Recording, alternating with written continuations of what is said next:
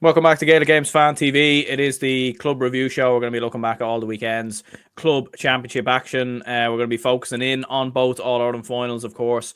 Cuala getting the job done, getting the win versus Errigal Kieran in what was an absolute cracking game. A game of two halves, but it certainly was very entertaining going down the home stretch. And then the Fianna running out very comfortable winners in the end as well versus Sarsfields. Joined by Seamus Brady from Montclair for this one to review both of the games and discuss them in more detail. So, Seamus, both very interesting games.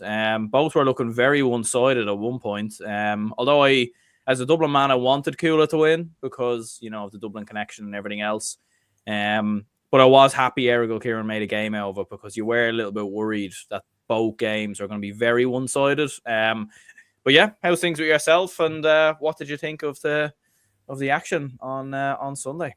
Yeah, no, good. Thanks for having me back on. Looking forward to now this evening. We've got a bumper schedule. Obviously, myself and yourself going to do the back-to-back episodes, and you're on John's pod as well. So you're going to be fairly rode off by the time it's all day done. today. Busy day today. Very busy day. Yeah, I think the two games on the weekend were very, very interesting. I think going into them, you would have been a brave man to call it, with your chest. I think it's hard to look back on now, given the way that the Fianna Sarsfields game went. But at the start of it, it was a real 50-50 game. A lot of people weren't 100% sure as to who it was going to go to. Obviously, I think I was leaning towards Fianna, and I didn't have the time to do a weekend preview show this week. But when I was at the games, I was like, well, I'm kind of glad I didn't, because I would have got them both wrong. I would have said Fianna, but I wouldn't have said it. I would have said Fianna after extra time, or I definitely would have said right down to the wire. And Sars just never got going. And I was lucky enough. I was there at the game with TG Carr, and just in the media centre, especially at half time, when Cuala were dominating Errigal Kieran, there was a real sense of are we going to see two absolute wipeouts here in these finals? And that isn't good for anybody if there's two wipeouts in the finals. It actually isn't the nicest win of all time for the team. It's a terrible day for the losers because they've got absolutely blown away. And then it was very telling in the post-match interviews, because McGinley came in and somebody asked him, basically, how important was it that you did come back out in the second half and gave it everything? And he was like, it's absolutely immeasurably important for the team that they came back out and gave it their all in the second half, because it's now they can walk away with their head held high to some extent, because they did give it their best shot in the second half, and they really, really left it all out on the pitch. And they could definitely look at that game and say, if Dara didn't get that bang to the head, and if we didn't get that awful start to the game, maybe that game could have been there for us. But look, Cuala are a brilliant team, and they took full advantage of Errigal Kieran being slow out the gates. And look, in hindsight, a lot of people were scrambling for reasons. A lot of people were saying for Sars, a lot of questions were being directed at Johnny Crowley after the game, saying did you not handle the turnaround well and everything? And he genuinely, I respected his answers. He was like, no, preparation was good. Just wasn't our day.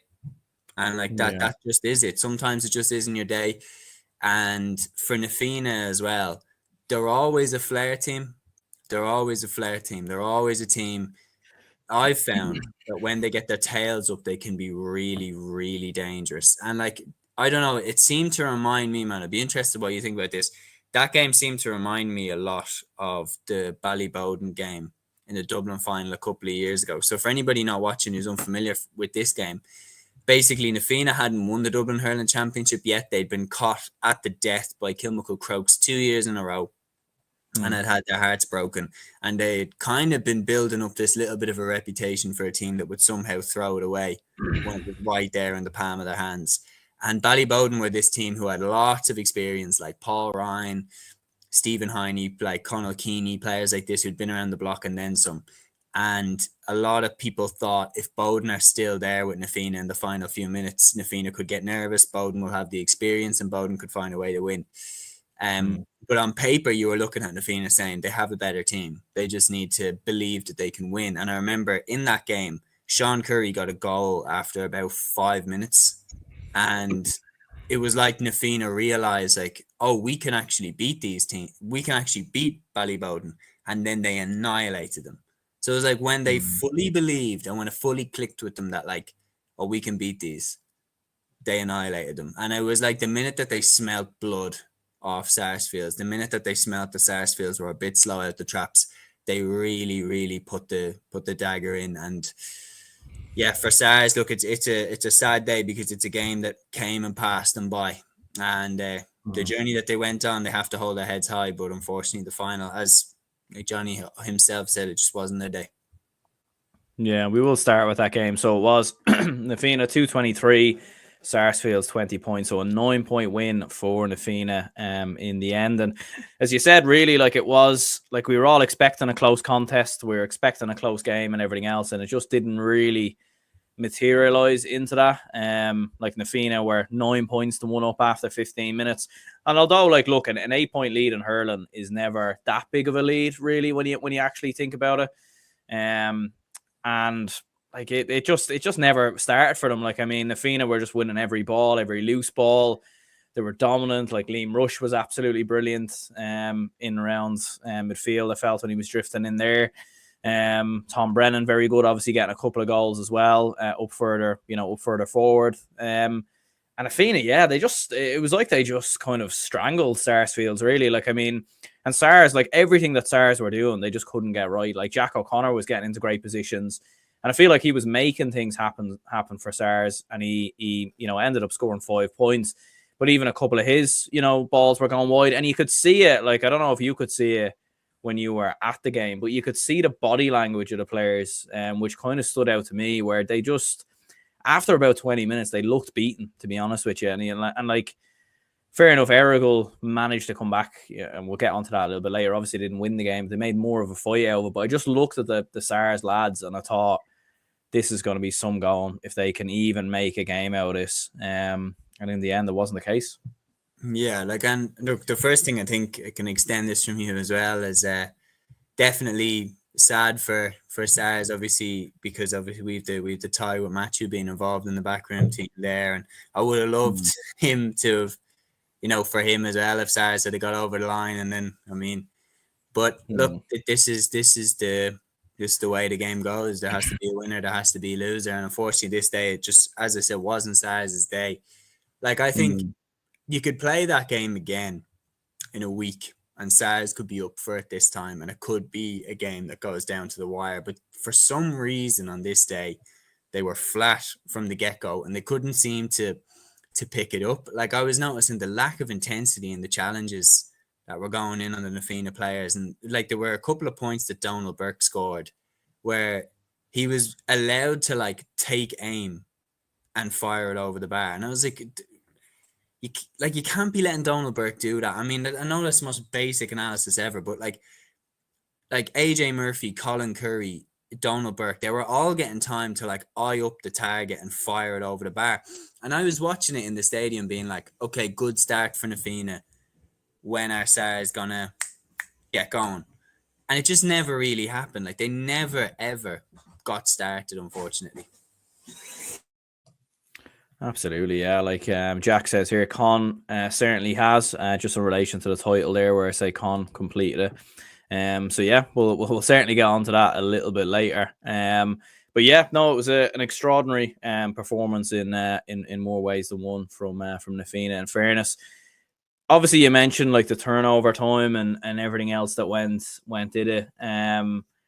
Like, I was kind of thinking this a little bit, sort of, when we went, before we were kind of going live and everything. Like, obviously, with the football championship, you have that semi-final, like, before the football final. So you have that game, like, after Christmas, in January. So you have that chance to kind of build up a bit of momentum. And I was kind of thinking, like, why were Sars so flat? Like, was it the fact that a lot of them lads haven't played in Croke Park as often as maybe some of the Na Fianna lads? Is it the travel? Maybe, obviously it obviously is a bit of a distance coming from Cork. Is it the fact that obviously there wasn't really any games in the build-up? And I know Na Fianna didn't have any games either, but it just, like for Stars in particular, they just felt so flat at the start. Whereas Na Fianna, it was the complete opposite. Yeah, like I think you could argue it's a kind of combination of all those things. On the Stars and the Fianna thing, on the Fianna having the advantage in Croke Park, like I definitely think it's a tiny advantage for sure for the Dublin players that are, in the Na Fianna camp, that they have played in Croke Park. But then you would look at the game against Kilcormac Calahi. How much does having played in Croke Park once actually impact a game like that? Because I would have fancied Stars to have a good day in Croke Park with the pace that they have in their team. Like the likes of Jack O'Connor, Aaron Myers, like they've some bullets up front that I would be confident that, like in a big open pitch, because I would look at Na Fianna's defence and I would look at players like Conor McHugh, Paul O'D, who are Liam Rush even now, that I would look at them and be like, they're big lads at the back there in Na Fianna. They're big lads. Like they're all in fly fit every day of the week. Like they're all big lads. But I'd be looking, if I was Stars, and being like, test the pace. Like, let's stretch this pitch out and let's try test their pace one-on-one. And the point is that they just never really asked those questions of Na Fianna. And it was very quick. It was very quickly over. Like, Stars didn't find out the answers for themselves, which I think is the thing that will frustrate them the most. Is like Errol Kieran can honestly look at themselves and they can make a case that, like, if Dara hadn't got injured, if we hadn't made the terrible start, we could have won that game. Whereas I think Stars, I think it will just feel like what would have had to happen for them to win that game? A lot would have had to happen for them to win that game. And for Na Fianna, like, the reality is they have a young side. And when you look at, like, Ballyhale Shamrocks, they're not getting any younger in terms of a lot of their core. Like Joey Holden, Colin Fennelly, TJ Reid, even though he's still playing with Kilkenny. But, like, a lot of the Ballyhale core, are past their best in terms of, like, their peak years. Ballygunner as well. Like, we were saying this, that Ballygunner have been sensational in Waterford and in Munster, but their dip is coming. And Sarsfield beating them the way they did in the Munster final felt like a decisive result. And I would be very interested to see if Ballygunner can reclaim Munster next season. Right now, in this moment, I don't think they will. I genuinely don't. I think that I would look at someone like Na Piarsaigh and think that they could be the front runners next season. So for Na Fianna, the next 2 years are very, very promising in terms of not only county championships, but possibly even more than that. Yeah, Keane says here, super Na Fianna performance and victory. Their victory yesterday is a good omen for the Dublin Hurlers ahead of the start of the National League. It is a great point. Look, it was a great day for Dublin in total. And what is kind of bizarre as well is that Na Fianna have probably been more so known as a football club down the years for some of the players they've produced and everything else. And then they go and win the All-Ireland in hurling. And then Cuala, to be fair, have probably been known more so as a hurling club, given what they've achieved in the past as well. And they go and win the football. So it is kind of mad how some things transport in fairness. But, like, looking at Na Fianna, and obviously Keane makes a great point there. Like, there are some players in there that you're thinking, if, like, some of those players haven't really got too much of a shot with Dublin. You're looking at the likes of AJ Murphy. I'd love to see Kieran Stacey get a bit more of a go. Obviously, Colin Curry. He's been in the Dublin team, but he hasn't always gotten a fair shot, in my opinion. So you're looking at some of those players. And then obviously Keane says as well, O'Callaghan coming in as well as Dublin manager. So, I mean, there is a good omen there for these lads to come into the Dublin team next year, which, look, whether it will make much of a difference to Dublin's overall season, we'll wait and see. But at least it is something to be positive about with Dublin hurling. Yeah, no, it certainly is. And, like, I definitely think, if we're being honest, like, Na Fianna, like, when it's all said and done and you look back at the championship and you go, right, Na Fianna were the best. They were the best team throughout the club championship. Like, they never really let their level drop you know, the Kilmacud game in the Dublin final was where their mettle was tested to a whole other level, and they managed to find a way to win that game. And O'Callaghan spoke about that in his post-match interview. He was like, it's important to remember all the, you know, the like wins by a whisker that they had throughout the championship, which ultimately led to them being able to put on that performance in the final there yesterday. So, like, they're definitely aware of it. I personally think, like, the one cautionary thing is the club championship success is a good omen, and it's definitely a sign that, you know, you can build something. But like, Cuala won back to back, and we brought in Maddie Kenny as manager and brought a lot of the Cuala lads into the team, and we kind of built the team around some key Cuala players like your Sean Moore and Jake Malone, Keane O'Callaghan in the full back line.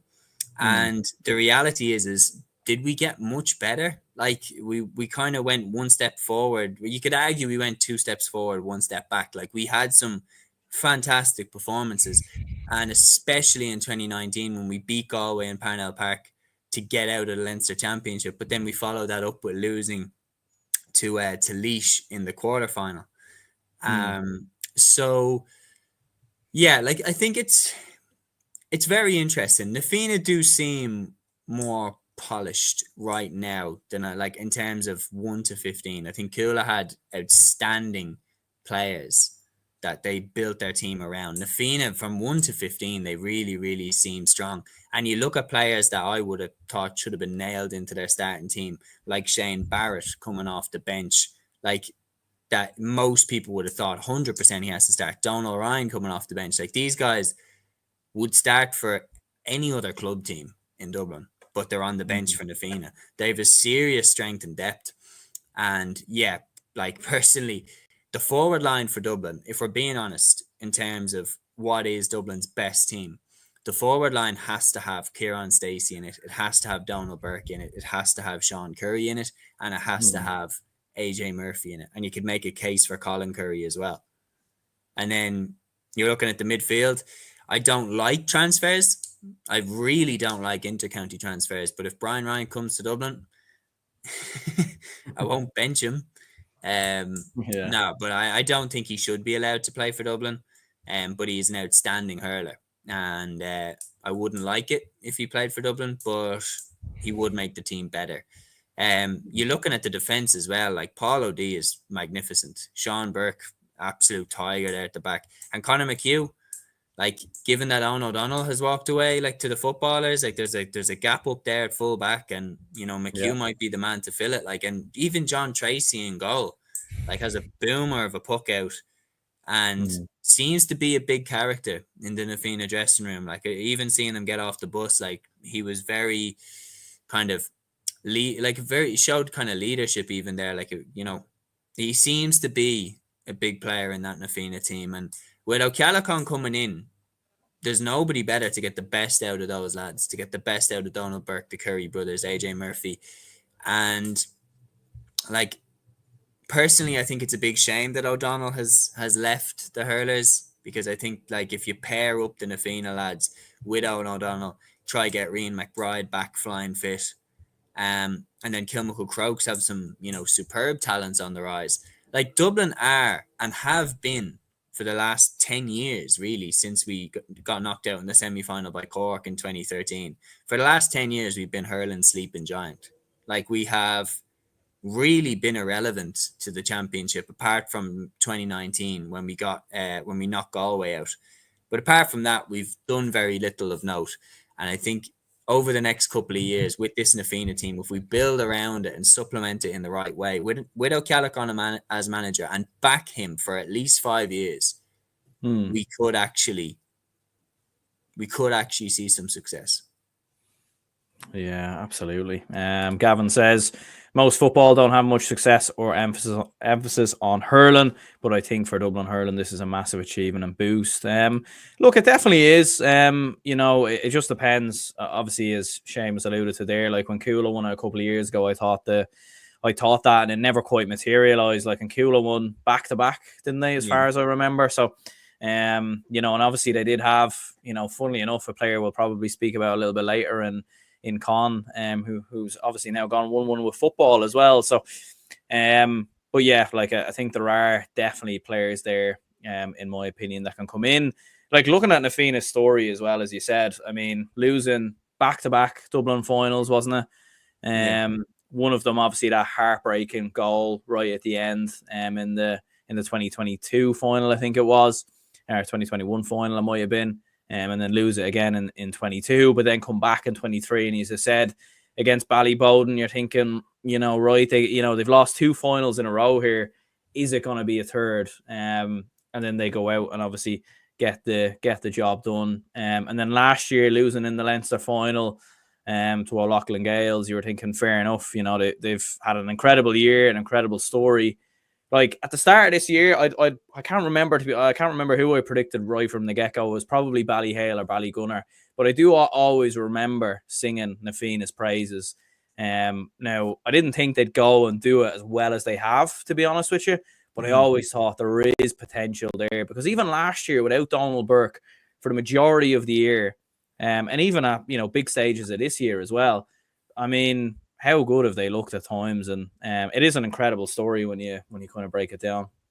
Yeah, no, it certainly is. Like I do remember saying early on in the club championship when Ballygunner looked the real deal again, when they beat Lockmore Castellani and they really looked on song. I do remember saying it on a podcast of Match that I thought the only team that I thought at the time that could stop Ballygunner, because Ballyhale were out at that stage, the only team I thought that could stop Ballygunner was Nafina. And I thought that we might be set up or teed up for a final between Ballygunner and Nafina. And then all of a sudden, for some reason, like you can look back on the TikTok if you don't believe me on Claire, but when I was doing the quick picks for the weekend where I just point one or the other, I just got a feeling that SARS were going to beat Ballygunner. I didn't know, I don't really know why, but I just had a feeling Ballygunner will hit their peak at some point and they'll meet their match and it will be a dramatic fall, because that's the way that most champions tend to go. And it happened. And I thought that SARS would give it a right good rattle, because obviously they're in a position where they definitely didn't expect to be in the All Ireland final. Like, and I think especially for all teams, now Ballygunner were going into that Munster final playing against SARS were going into Ballygunner in the Munster final knowing that they'd lost to them by something like, what was it, 16 points the year previous. So they probably wouldn't have been expecting to be in an All Ireland final in January. They're probably just focusing on getting over that game and then moving on to the next round and taking it from there.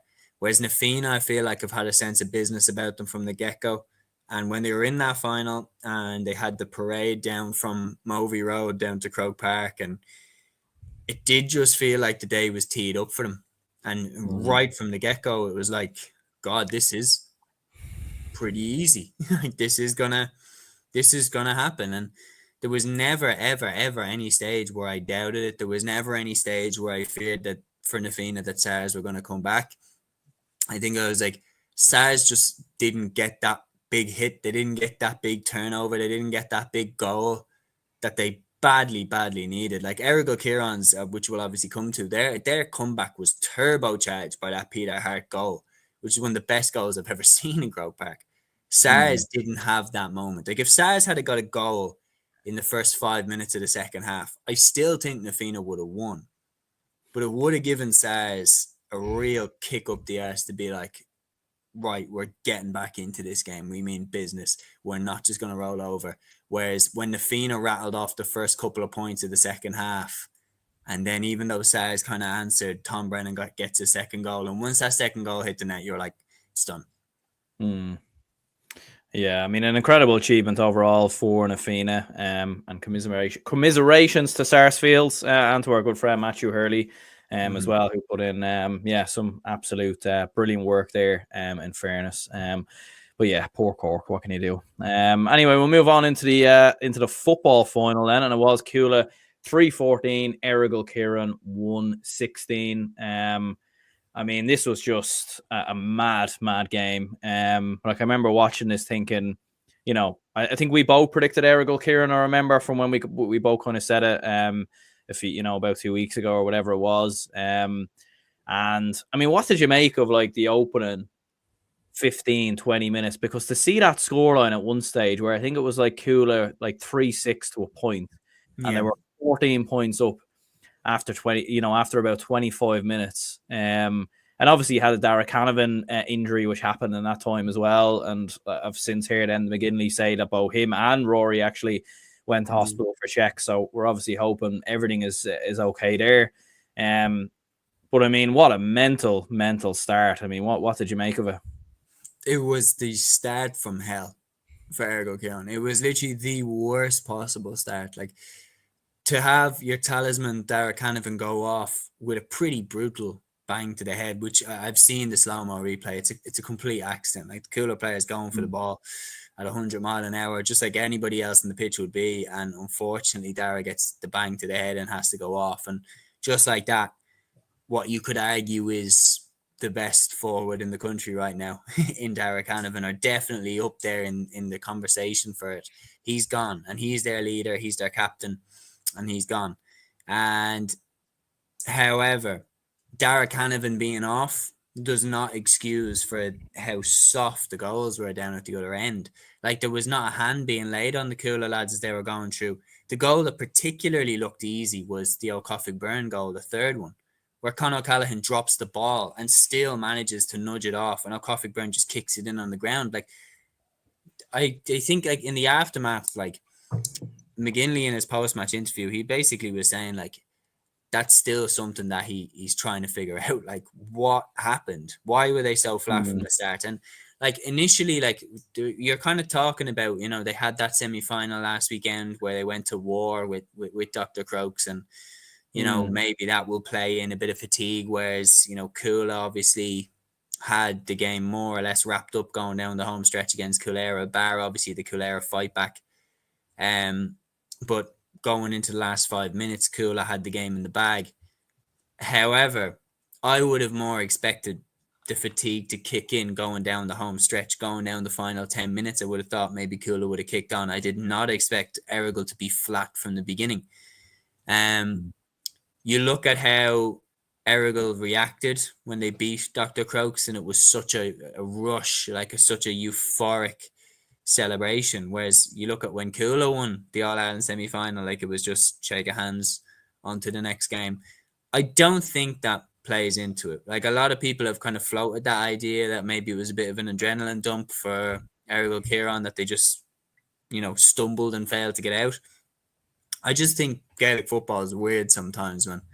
I just feel like sometimes you feel like you're as ready to go as you've ever been. And, like, when I saw Errigal's team, I was like, yeah, I think Errigal are favourites for this game. I genuinely think they're going to win. I saw the team. I was like, the spine of that team is incredible for a club team. Have to have the two Quins and McCrory in your defence, to have Ben McDonald and Joe Goose named at midfield, to have a forward line of the Canavans and Peter Hart and Oren Robinson. I was like, I'm confident in this team. I think that Errigal are going to do it. And it just never got going. In the first half, anyway, they just were very, very flat. And the first half ultimately cost them. Like, I've no doubt we'll get into the second half and their fight back, but they just left themselves too much to do. Yeah, they did. Patrick says here, Austin O'Malley, future Mayo manager. Well, he's definitely, yeah, he's has he broke the curse? No. no, not quite. Doesn't quite count. So the curse never existed. What are you on about? Oh, there we go. Rudder says, was expecting a close final. Couldn't believe when I tuned in to see how one-sided it was in the first half. Gavin says, I love last year's final. It was a great shootout between Glen and Bridges this year. It was entertaining. Cuala did enough even when the lead shrunk to 3 points. They saw through. Like, to be fair, they did, and we'll get onto the comeback a little bit. But yeah, like, it was strange, all right. I felt like with Errigal, they kept going long on kickouts, and to be fair to Cuala, like, their press was absolutely brilliant. And I thought Peter Duffy in particular for Cuala had a phenomenal game in midfield. I mean, the amount of ball he was catching. I think if there's ever, like, I remember seeing him in the O'Byrne Cup last year, and I thought, like, especially when you're at a game like in Parnell Park, not far away, and you see the size of him. Like, I mean, he's absolutely huge. In fairness, you think he'd be the perfect man to come in. He never really got a chance last year. I'm looking at it this time around and thinking, will he maybe get an opportunity for the Dubs this time around? It's going to be interesting to see. But but yeah, like for Errigal, maybe like I don't know, like it is one of them when Cuala were pressing up so high, like Errigal just couldn't get out, and like obviously with Darragh Canavan's injury and everything else, they couldn't even get him on the ball really in the first 20 minutes. Like they just couldn't work the ball forward, and I just felt Cuala just absolutely smothered them. And then on the attack as well, I mean, like the amount of times they just cut through the centre as well. And David O'Dowd in particular was having an absolute field day. Yeah, no, they were running so powerful and direct, and like Peter Duffy in particular, like does have that element of a James McCarthy about him, that like he bombs forward from midfield, and he's such a direct runner, so big, so powerful. And the other thing is as well, I couldn't believe it when he said it he popped in for the post-match interviews after the game, and then I think he casually just dropped in like his age group was the O2s or something. And I was like, so this guy is younger than me. I was like, he's 22 years old. I was like, he is he's such an athlete. Like the way he got up and down the pitch, the size of the guy as well when you see him up close. Like he's a big guy. He won a serious amount of ball. And on top of that as well, he clutched up with a big point in the second half when Cuala really needed it. So he has a cool head on him when he's in front of goal. And remember as well, he was quite involved in the attacks that Cuala had going down the home stretch against Cuala Strandhill in the semi-final. So again, it's not just the Croke Park thing that, he turned up on the big day. He also turned up in the semi-final against Cuala, going down the home stretch when Cuala were roaring back into the contest. So I think he has to be in the consideration, because the thing that made Dublin's midfield so powerful, especially when it was Fenton and McCarthy, was that they were the perfect complements to each other in how they played the game. That Fenton was like the big powerhouse that would sit in the midfield a lot more and sometimes bomb forward, but they'd complement each other. That if Fenton went, McCarthy would stay. If McCarthy went, Fenton would stay. And Fenton was the big fielder and McCarthy was almost like a road runner. And you look at Peter Duffy and Peadar Ó Cofaigh, and yes, while the two of them can, do the road running or the high fielding, they complement each other superbly well. And I think it's very, very interesting to see who actually will be the midfield pairing for Dublin. Because I think there is a lot of kind of, there is recency bias, definitely is a thing in Gaelic games. But by God, the two of them look good in midfield there together. Like O'Cofaigh got player of the match. Peter Duffy could have got it as well. And throughout the club championship, they've just been absolutely exceptional. You have to throw in names like Killian McGuinness, like Tom Lahiff. Even Adam Waddick could be a bit of a dark horse there to try and nudge his way in. Adam Viren is another one from Skerries that I think is a very, very good footballer. There's a lot of players. Senna Forker from Castleknock too. Like there's a lot of options. I'll throw it back on you. Who would you pick? Midfield 2, first game. Let's say we're playing an All-Ireland semi-final tomorrow. Yeah, see, it's a hard one. You do need experience in there. And I don't know, like maybe it is a hard one because there isn't really too much experience, kind of, is there? Because that's what I'm saying. I'm like, if you're thinking experience, you're obviously nudging towards Lahiff. Yeah, he's you break up the O'Cofaigh and Duffy partnership. I mean, it's one of them with him. Yeah, it's definitely worth trying it in the league anyway. I know obviously you wouldn't expect them lads to come in next week against Mayo, and they certainly I don't think would play against Donegal or Kerry, but you're thinking maybe like you're looking at Derry, the fourth game in. Could that be a game maybe for them to come in? What a test that would be going up against Glass, and whether it's Rogers in there, we'll see. So that'll be an incredible battle. And look, I think put the lads in there, like give them the chance. And if they're not good enough in the league, then fine. It is what it is. Obviously it's not the be all and end all in my opinion anyway. But yeah, it is going to be interesting, in fairness, to see obviously what happens with Dublin's midfield. Was a few comments here from Patrick who said that Peter Hart goal was brilliant. I mean, it was incredible. What do you think he meant it? Oh, he did. He did. He nearly made Brian Tyres lose his voice. He nearly made Brian Tyres' head blow up.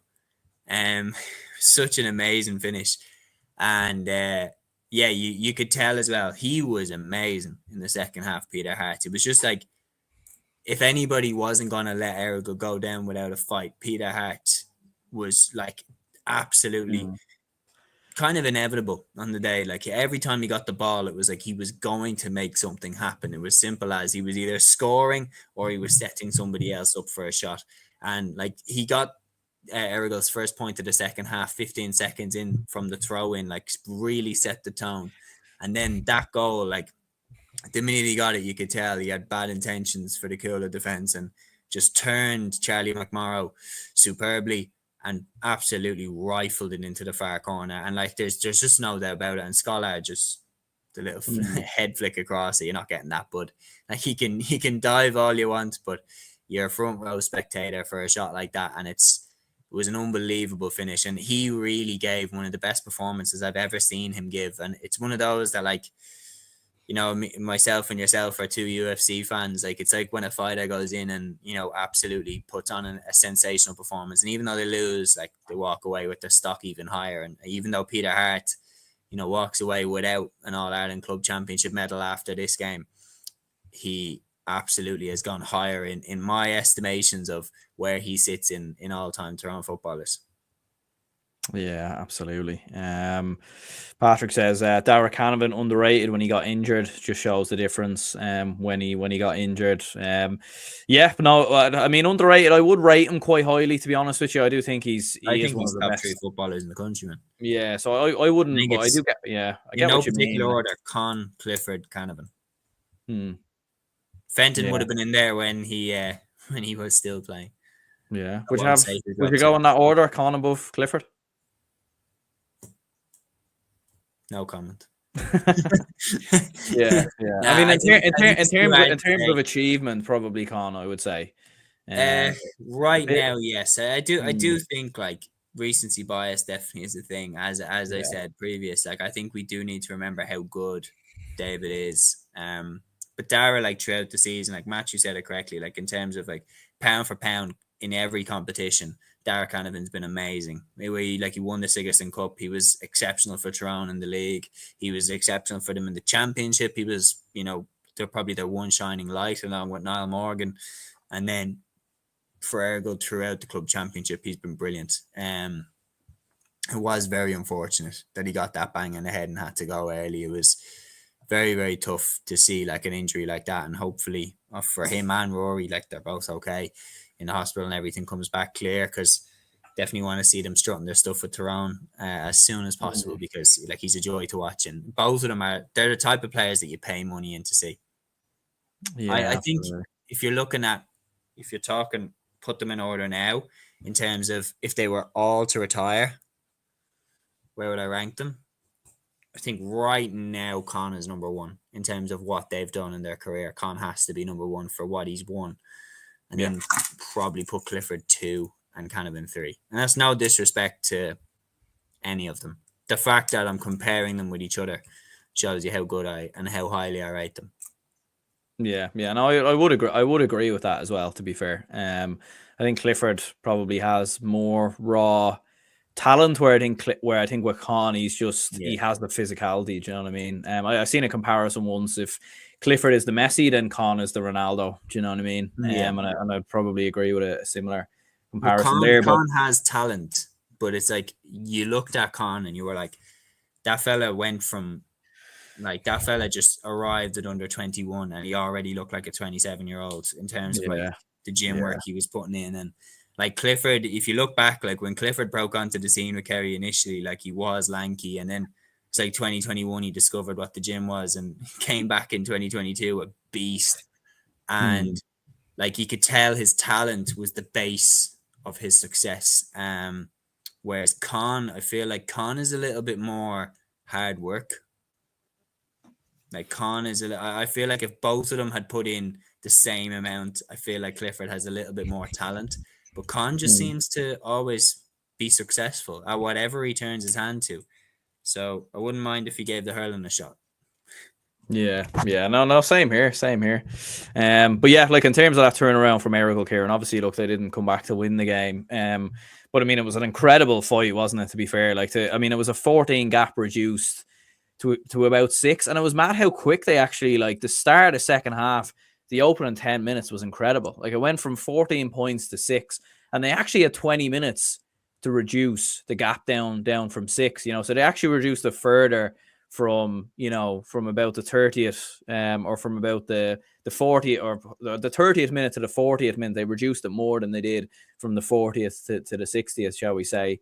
You do have to commend Cuala for slowing things down after that, and I think being able to get through that period, because I was worried for them, to be honest with you, when it went down to 6, because you were thinking, like, Errigal look like they're going to absolutely turn this around here, which to overturn a 14-point deficit, like, I don't know if that's ever been done in an All-Ireland final before, at least not in football. Definitely. No, definitely not club anyway. But I mean, it was an incredible fight back, as you said. Like, Peter Hart was absolutely outstanding, like, wonderful performance, 1-2 in total. And in fairness to them, like, at least they made a proper game out of it. And I think they will have regrets, obviously, of course they will, looking back at it and looking back at that start. But overall, they couldn't have done much more in that second half. Yeah, I mean, it literally was all against them. Like, it was, all the odds were piled against them. Like, it was, as you said, 14 points behind, or 13 points behind, I think it was actually at halftime. But then Darragh Canavan also injured. Like, it was just anything that could have got wrong in that first half did go wrong. And in the second half, you knew that they had an absolute mountain to climb. And what McGinley said brilliantly at the end was, we knew Cuala had built a massive wall, but we just focus on taking it apart brick by brick. And in the second half, right from the get-go, they took a sledgehammer to that wall. Like, I mean, Peter Hart's goal came very quickly into the second half. Also some fantastic points from Hart, from Rory Canavan. And you just got the sense that, like, especially when the gap went back to 6 points, 5 points, I was just like, do you know what? If Errigal get another goal, I actually fancy them to do it. Because I just think that, like, if Errigal had hit the back of the net again, I think the pressure that would have been piled then onto Cuala would have been almost unimaginable. Like, that you're letting this go. Because it's like, we've all been there in terms of, like, even if you're, like, around at your mate's house and you're playing a game of FIFA and you were 2-0 or 3-0 up, and then they start coming back at you. And once you get the sense that it might happen, it's almost like you allow it to get into your head and you almost create it. You almost, what's that word again? Visualize it, maybe? Prophesize it or something. Like, is it something like that? Prophesy, but like, it's like you make it your reality because you think about it too much, you prepare for it, and then you make it that way. And Errigal, like, for a while, they really had some momentum. The key scores, I think, was Peter Duffy's one, as I mentioned earlier, and then Luke Keating got a crucial one as well, where he did the little 1-2 from the free and then fired it over the bar. And those scores just kept Cuala 2 scores ahead of Errigal. But they were never 3 points ahead. They were always 4 points ahead. They were always 5 points ahead. And eventually, when Errigal did drag it back to a 3-point game, I thought Cuala managed out that period fantastically. And yeah, they're deserving champions. There's no question about it. Cuala are deserving champions. They've managed the favourites tag very, very well in Leinster. They managed it very well against Cullera Strandhill in that semi-final. And for the first time since probably the Dublin final, they were underdogs. Very narrowly. A draw was actually 11-2 before this game, which is like as short odds as I've ever seen for a draw. Like, so many people were so convinced by it. And yeah, I feel like, look, in the first half, Cuala showed us how good they can be. In the second half, Errigal showed us how good they can be. But Cuala managed to storm better than Errigal Kieran. And I think that's why they're All-Ireland champions. Yeah, Cuckoo says here, where would you put Cuala in regards to retaining their Dublin Leinster and All-Ireland Championship next year? They may well not win a Dublin Championship again, possibly. Well, this was the first one that they won at senior level, in fairness. And just to highlight this comment as well, he also says, massive fan of the show and channel, both great pundits, fair play, lads. So no, I appreciate the comment. Right, that's a great comment as well. Like the first one where he was talking about how they might not even get out of the Dublin Championship next season. And that's why we were talking about how important it is for teams to take advantage of what is right in front of you now. Because yes, you'd look at Errigal Kieran and say, oh, they've got a young spine like Joe Goose, the Canavans, like, these lads aren't going anywhere. But like, Ergo this year became the first Tyrone team to win the Ulster Championship since they themselves did it in 2002 when Rory Canavan wasn't alive. Like, so many things can go on. Ballymun Kickham's as well got to the Dublin, won the Dublin Championship, in 2012, got to that All-Ireland final in 2012-13, lost it at the death to St. Bridget's and never got back. Never got back there, even though they had such a young team at the time. Like, they James McCarthy, John Small, Davy Byrne, Philly McMahon, Dean Rock, all in their early 20s, and they just never got back. And that's why for Cuala, it was so important to seize the moment, to seize this opportunity, because yes, even though Con, Peter Duffy, Peadar O'Coffey Byrne, like, they aren't going anywhere, you still aren't sure that you'd ever get back here, because you look at the strength of teams like Kilmacud Crokes, like Ballymun, like Ballybowden, like Na Fianna in the football, and you wonder, when is the next time you'll win one? You can never be sure. So that's why they had to seize the moment, and luckily for them, they did. Yeah, just a word on Con O'Callaghan before we finish up. Just looking through what he's achieved now as a man in the GA. So he's won 6 All-Irelands, he's won 9 Leinster titles, he's won 2 All-Ireland Club Hurling titles, as well as 4 Dublin Club Hurling titles. He's won 1 Dublin Club Football Championship and 1 All-Ireland Club Hurling Championship, all at senior level as well. I mean, he's 29 in April. It's like, when you think about like at his age, in terms of what he's achieved, in terms of the player that he is, what he can do with the ball, like, I think obviously because Dublin have had so many greats, and we've looked back at the older guard over the last couple of years, and Fenton's obviously got a lot of plaudits with him obviously retiring this year. But I mean, Con has to be up there in terms of one of not just Dublin's greats, but one of the all-time greats, in my opinion. And when you think, he could probably stick around for another 5-6 years. And when you think, how much is he going to end up with? Well, I certainly hope he does stick around, because we've had a nasty winter in terms of surprise retirements. I didn't expect James to go when he played the FRC challenge games. I was like, why would you try to get yourself acquainted with the new rules and then retire? He must have played those games and been like, this is bullshit, I'm out of here.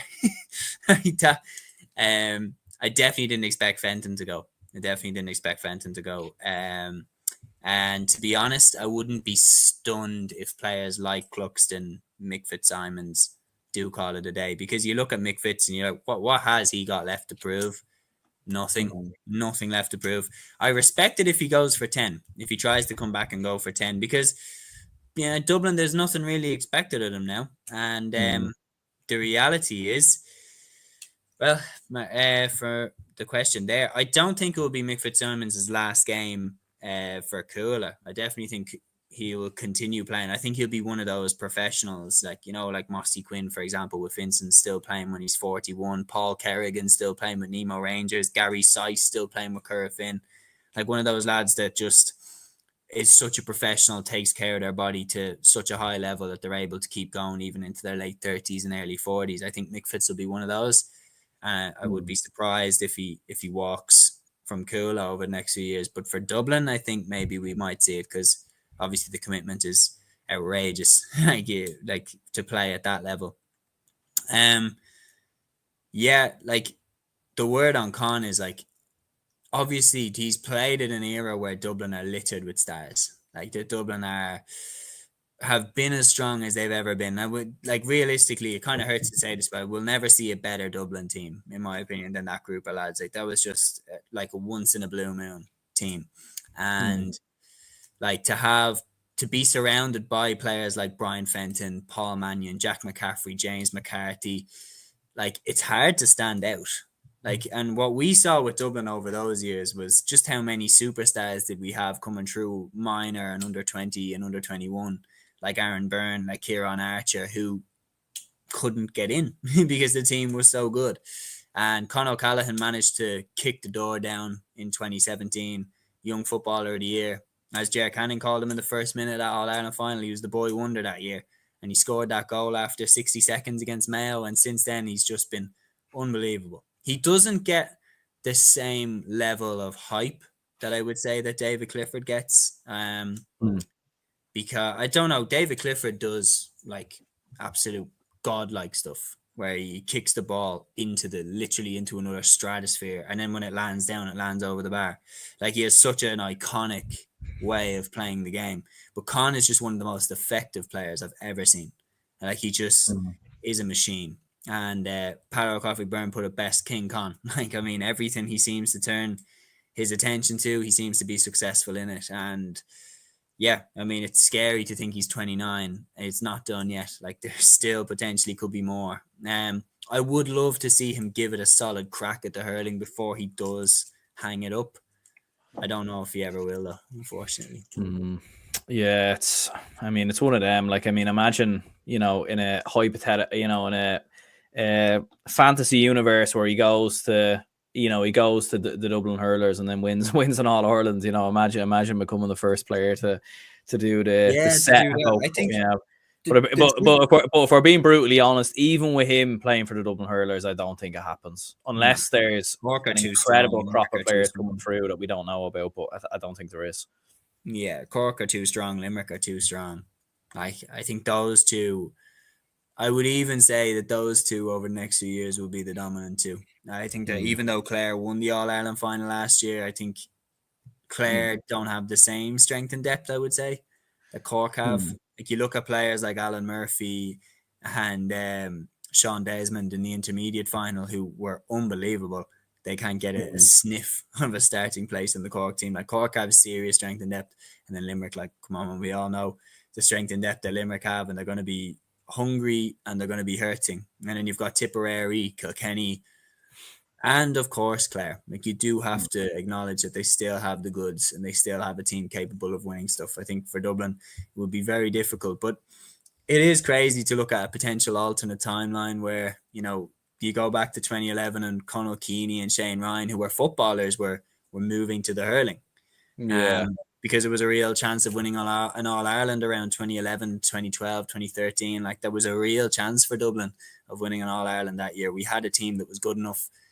When Dalo left in 2014, we've not got back to that level since. And obviously that's the conversation for another day. But for Con, it's an outstanding achievement. And for Cuala, look, just on Cuala, they have been magnificent for the club championship. Like, the colour and the atmosphere that they've brought to every single match that they've played in, and they've taken the banter in their stride. Like, a lot of people have said, there won't be a soybean milk in Dalkey, but like, they've taken that in their stride, and they've been absolutely fantastic for the club championship. Like, the colour that they've brought, the atmosphere, and like, booking out the dart and everything like that. But on top of that, you haven't had any issue with them. They've gone. It seems that they've brought great atmosphere to the game.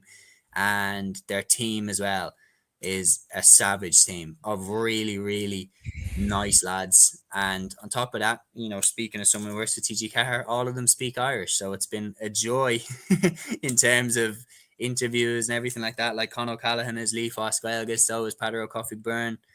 So that's pretty good. Yeah, no, absolutely. And look, I think we'll wrap it up there. Cheers anyone who tuned in. Hit the like button and subscribe. Shout out to everyone in the comments, the likes of Patrick. Tune in an hour and a half. yeah, we'll be back again to discuss even more on Seamus's channel. So if you're not fed up with us by then, make sure to check that out. We'll be going live at 9:30. So make sure to check that out on Clihe. And until then, we'll see you then. Hit the like button, subscribe. Catch you all soon.